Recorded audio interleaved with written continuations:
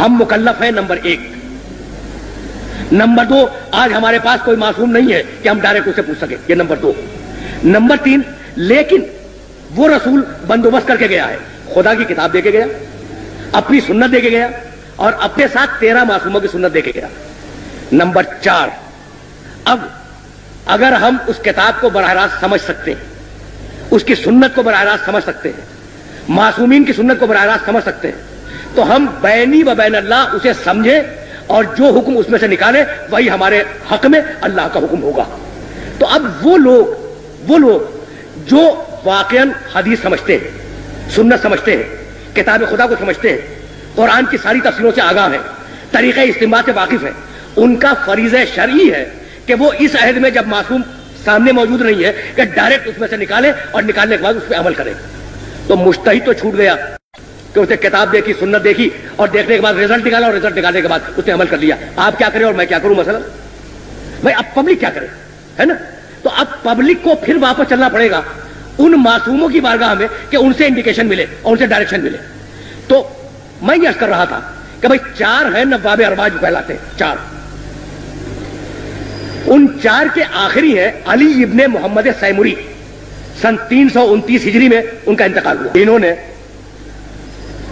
خط لکھا امام کے نام, خط کا جواب آیا, وہ ٹیکسٹ, وہ جواب آج تک بہار الانوار میں, کافی میں اور دوسری جگہوں پہ موجود ہے. پہلے تو سوالات کے جوابات دیے امام نے, اور اس کے بعد کہا کہ اے علی ابن محمد سیمری, 1 ہفتے کے اندر تم اس دنیا سے اٹھ جاؤ گے اور تمہارا انتقال ہو جائے گا, اور میں غیبت کبریٰ میں چلا جاؤں گا. فمن ادعى الرؤيا فهو كذاب مفتر. اور اب جو غیبت کبریٰ میں گیا تو کوئی شخص اگر میری رویت کا دعویٰ کرے, میرے مشاہدے کا, میری رویت یعنی میرا دیکھنا, اس کا دعویٰ کرے, ادعا کرے یعنی نیابت کا ادعا کرے, تو وہ کذاب ہے اور جھوٹا ہے. تو اب خطوط امام کے پاس جاتے تھے, امام جواب نہیں دیا کرتے تھے. بات تو مکمل ہو گئی نا. اب میں جا رہا ہوں, یہ خطوط والا کانٹیکٹ ختم ہو گیا. تو وہ عمل حوادث الواقعہ فرجعوا الی روات احادیثنا, دیکھو قیامت تک آنے والے جتنے بھی مسائل ہیں ان میں ہمارے راویان حدیث کی طرف رجوع کرنا, جو لوگ ہماری حدیثوں کی روایت کرتے ہیں ان کی طرف رجوع کرنا. یہ نہیں کہا کہ اپنی عقل سے مسئلے حل کر لینا, عقلی گدے لڑاتے رہنا اور جو الٹا سیدھا سمجھ میں آ جائے اس پہ عمل کر دینا. نہیں, ہم حدیثیں دے کے جا رہے ہیں, ہم اپنے اقوال دے کے جا رہے ہیں, ہم قرآن مجید کی تشریح دے کے جا رہے ہیں. تو قیامت عمل حوادث الواقعہ, قیامت تک آنے والے جتنے بھی تمہارے مسائل ہیں تمہارے, ان سب میں کس کی طرف رجوع کرو؟ ہماری حدیثوں کی روایت کرنے والوں کی طرف رجوع کرو. تو یہ جو ہمارے یہاں ایک کیٹیگری بنی ہے جنہیں ہم مجتہدین کہتے ہیں, یہ در حقیقت معصومین کی حدیثوں کے راوی ہیں. یہ فقہ سمجھتے ہیں, اصول فقہ سمجھتے ہیں, طریقہ استنباط سے واقف ہیں, صحیح حدیث کو سمجھتے ہیں, غلط حدیث کو سمجھتے ہیں, کون سی تقیہ میں بیان کی گئی, کون سی تقیہ میں نہیں بیان کی گئی, ان ساری چیزوں کو سمجھتے ہیں. اور کرائیٹیریا وہی ہے کہ بھائی ہم مکلف ہیں, معصوم ہمارے سامنے نہیں ہے, کتاب پوری طرح واضح نہیں ہے. تو اب جو بھی رسول ہمیں دے کے گیا ہے اس سے جو ہم استنباط کریں گے اور جو ہم اخذ کریں گے, اس اخذ و استنباط کو ہم اپنے لیے حجت قرار دیں گے. تو ان کے لیے تو حجت ہو گیا. لیکن 12ویں نے غیبت کبریٰ میں جاتے جاتے پوری انسانیت کو اور اپنے پورے چاہنے والوں کو یہ حکم دیا کہ تم اگر کسی مسئلے میں پھنس جاؤ اور تمہاری اگر کوئی پرابلم ہو تو تم ہماری حدیث کے راویوں کی طرف رجوع کرو. اب اس راوی حدیث کو آپ چاہے مفتی کہہ لیں, چاہے مرجع کہہ لیں, چاہے مجتہد کہہ لیں, چاہے کچھ اور کہہ لیں. حکم امام یہ ہے کہ اگر تم کسی مسئلے میں پھنس جاؤ اور اٹک جاؤ اور تمہیں اس مسئلے کا حل نہ معلوم ہو تو اس کی طرف رجوع کرو. اور یہی حکم قرآن تھا کہ فاسألوا اہل الذکر ان کنتم لا تعلمون, اگر تم جاہل ہو تو اہل الذکر سے سوال کرو. اب میں آپ کو ایک موضوع, عربی زبان ایک ہے لفظ طہر, قرآن میں استعمال ہوا ہے. اچھا, طہر کے عجیب معنی ہے. طہر کے معنی عورت کی زندگی میں مہینے کے اندر وہ پیریڈ جس میں عورت نجس ہوتی ہے, اسے کہتے ہیں عربی زبان میں طہر. اور مزے کی بات یہ ہے کہ اسی عربی زبان میں طہر کے معنی ہے عورت کا اس نجاست سے پاک ہو جانا. تو ایک ہی لفظ میں نجس ہو جانا بھی مطلب ہے اور ایک ہی لفظ میں پاک ہو جانا بھی مطلب ہے۔ اب قرآن نے کہا، بھائی بڑی مجبوری ہے کہ میں اس کو واضح کرنے پہ مجبور ہوں۔ قرآن نے کہا کہ دیکھو عورتوں کے قریب مت جاؤ جب تک کہ وہ طہر میں نہ آ جائیں۔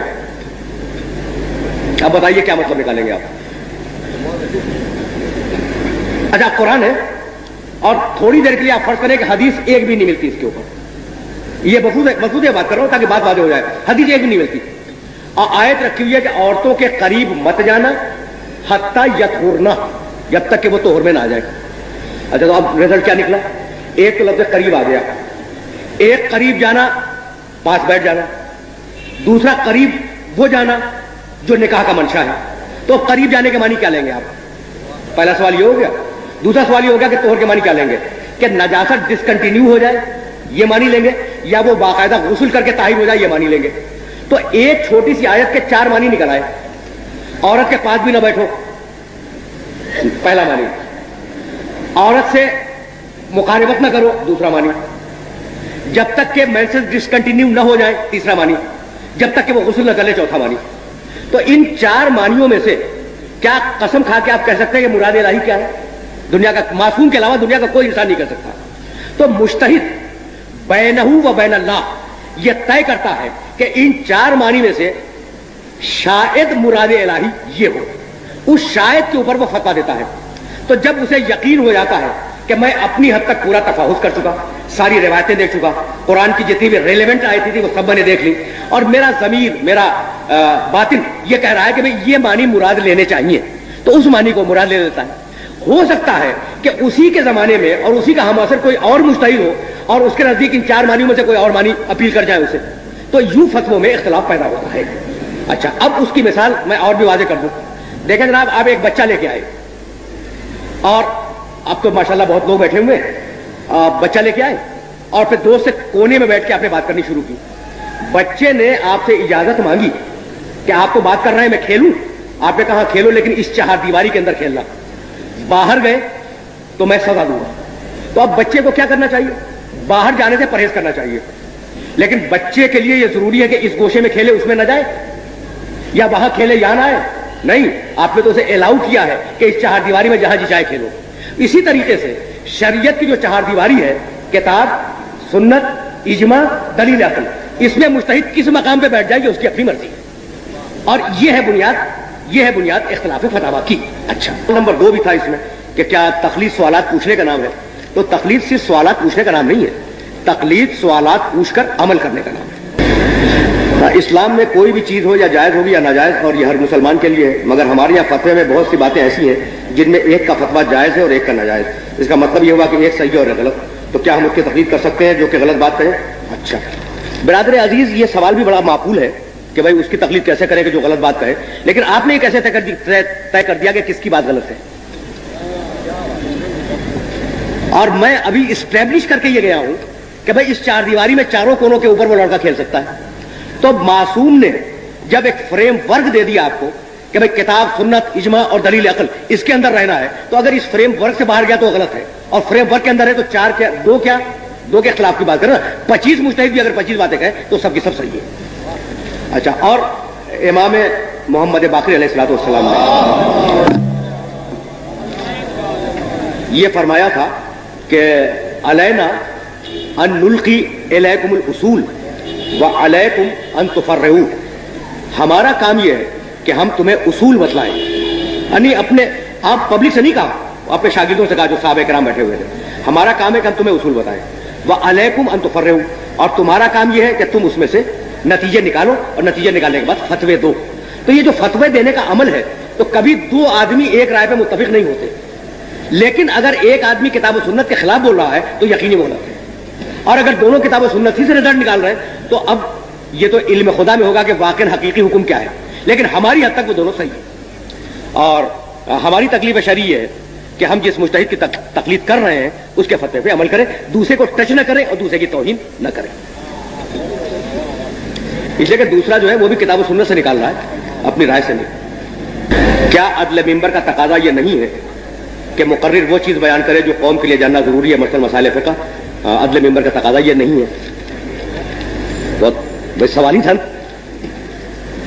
اچھا اس لیے کہ مسائل فقہ تو ہر وقت بیان کرنا چاہیے, صرف ممبر کا تقاضا تھوڑی ہے. آپ گھر میں بیٹھے جب بھی مسائل فقہ بیان کریں, باپ اپنے بیٹے کو بتائے, بھائی اپنے بھائی کو بتائے, استاد اپنے شاگرد کو بتائے, فقہ کے بغیر تو ایک قدم آگے نہیں چل سکتا آدمی. تو فقط ممبر سے کیوں منحصر کرتے ہیں سر؟ زندگی کے ہر موڑ کے اوپر فقہ جاننی ضروری ہے. آخر خدا نے آخری امام کو غیبت کے پردے میں چھپا کر تقلید وغیرہ کے مسئلے سے ہمیں کیوں دوچار کیا؟ آپ دیگر 11 اماموں کی طرح ہم بھی ڈائریکٹ امام کے اطاعت میں رہتے, نہ کہ مجتہد تقلید میں. بات تو بڑی معقول ہے. ہمارے یہاں ایک گروہ ہے جو تقلید وغیرہ مانتا ہی نہیں. وہ کہتے ہیں کہ قرآن خود پڑھو, خود سمجھو اور عمل کرو. ان کے بارے میں کیا حکم ہے؟ کیا اردو میں کوئی ایسی جامع کتاب ہے جو مجتہد کے فتویٰ کے اختلافات اور دیگر باتوں کے بارے میں تفصیل سے آگاہ کر سکے؟ نام بتا دیجیے. تو برادر عزیز, اردو میں تو کوئی جامع کتاب خود فقہ پہ نہیں ہے, تو فتوے کے اختلافات پہ کیا ہوگی؟ یہ ہماری بدقسمتی ہے کہ ہماری زبان میں ایسی کوئی کتاب نہیں ہے. اور اختلاف فتاویٰ بڑے اونچے درجے کی کتابوں میں ہے, جیسے جواہر الکلام ہے, ہدایت الناظرہ ہے, جو ہماری فقہ کی 40 و 50 جلدوں کی کتابیں ہیں, یہ ان کے اندر ہے. تو اردو میں ایسی کوئی کتاب موجود نہیں ہے. دوسرا سوال یہ ہے کہ ہمارے یہاں ایک گروہ ہے جو تقلید وغیرہ کو مانتا ہی نہیں. وہ کہتے ہیں کہ قرآن خود پڑھو, قرآن خود سمجھو اور عمل کرو. کیا کہنا ہے ابھی؟ قرآن واقعی خود پڑھنا چاہیے, خود سمجھنا چاہیے, عمل بھی کرنا چاہیے. لیکن جیسا کہ میں کہہ رہا تھا آپ سے کہ بھائی کتے کی نجاست کہاں سے معلوم کرے قرآن میں؟ اور جب نجاست نہیں ملی تو گلے لگا کے بیٹھ جائیے. تو آپ مجبور ہیں کہ قرآن کو اس کے صحیح مفسر سے لیں, اور قرآن کے صحیح مفسر تک اگر آپ کی ڈائریکٹ رسائی ہو گئی, یعنی آپ راوی حدیث ہو گئے, تو آپ خود مجتہد ہو گئے. تو مجتہد سے تقلید حرام ہے. اور اگر نہیں ہوئے تو آپ مجبور ہیں اسے سوال کرنے پر. سوال کر لیا تو آپ مقلد ہو گئے. تو تیسری کوئی قسم نہیں ہے, تیسری کوئی قسم نہیں ہے. یعنی اگر آپ ڈائریکٹ قرآن کو سمجھ سکتے ہیں, یہ ترجمہ پڑھ کے نہیں, ترجمے تو ہر مترجم نے اپنے اسٹائل سے ترجمہ کیا ہے. اگر آپ میں اتنی اہلیت ہے کہ ڈائریکٹ قرآن کو سمجھ سکتے ہیں, تو کیا کہنا ہے؟ جب قرآن کو سمجھتے ہیں تو آپ حدیث کو سمجھیں گے, آپ ہو گئے مجتہد, تو آپ پر سے تقلید حرام ہو گئی. لیکن اگر نہیں ہے اتنی صلاحیت, تو پھر مناسب نہیں ہے کہ آپ ترجموں کے اوپر عمل کریں. اگر آپ نے کسی ترجمے پہ عمل کر لیا تو آپ اس مترجم کے مقلد ہو گئے, تو تقلید کے خلاف تو بات پھر بھی نہیں.